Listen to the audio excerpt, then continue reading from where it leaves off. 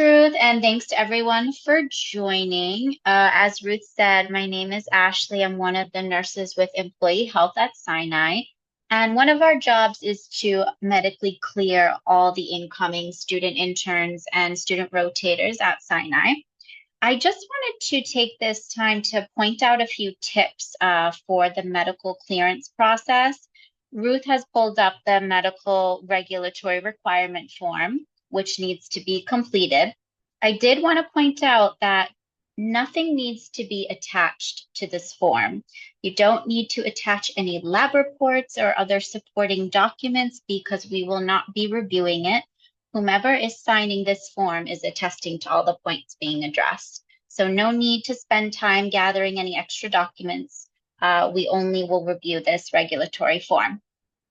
So the top portion has to be completed, and please make sure you put the accurate start and end date. That is very important for us.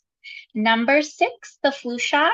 That is required. The 2024 to 2025 new flu shot is available. CVS, Walgreens, CityMD, they are all giving it now. There are no exemptions for the flu shot. In order to do a rotation or internship with us, you have to get it. And then I did want to go over points 9 and 10 there. For point number 9, for the part on evidence of infection control training, this refers to knowledge on mask use if need be, hand washing, sanitizing, glove use if need be, eye protection if need be, sharp safety if applicable. Whomever's signing off is simply attesting that you have knowledge of what applies for you for your specific clinical rotation. There's no separate form specifically for this. So this should be addressed by everyone. Think of, universal precautions, if you will. They're just simply attesting to that. Point number 10, if your school does not have this on file or tells you they cannot attest to this, then I want to mention here that this is only if you will be in a high-risk area for your clinical, which would be the emergency department or inpatient critical care intensive care units.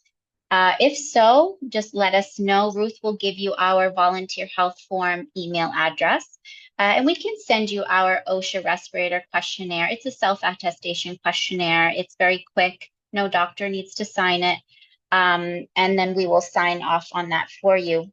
If you're not going to be in a high-risk area, whomever's signing off on your form can just write NA, not applicable, next to that point, and that will be acceptable.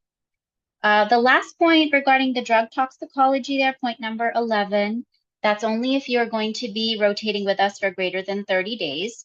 Most programs, schools do drug testing upon admission. However, if your school does not have a drug test on file for you, then you can request to have one done by emailing the volunteer department, which Ruth will provide all that for you.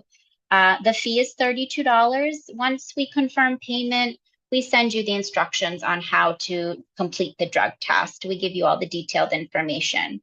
I do want to make note that PCP offices cannot order the type of drug testing that we require.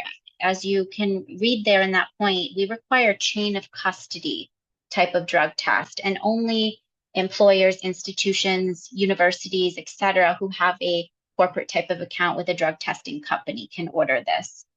And then finally, the bottom must be signed and stamped by either your school, student health office, or PCP office provider.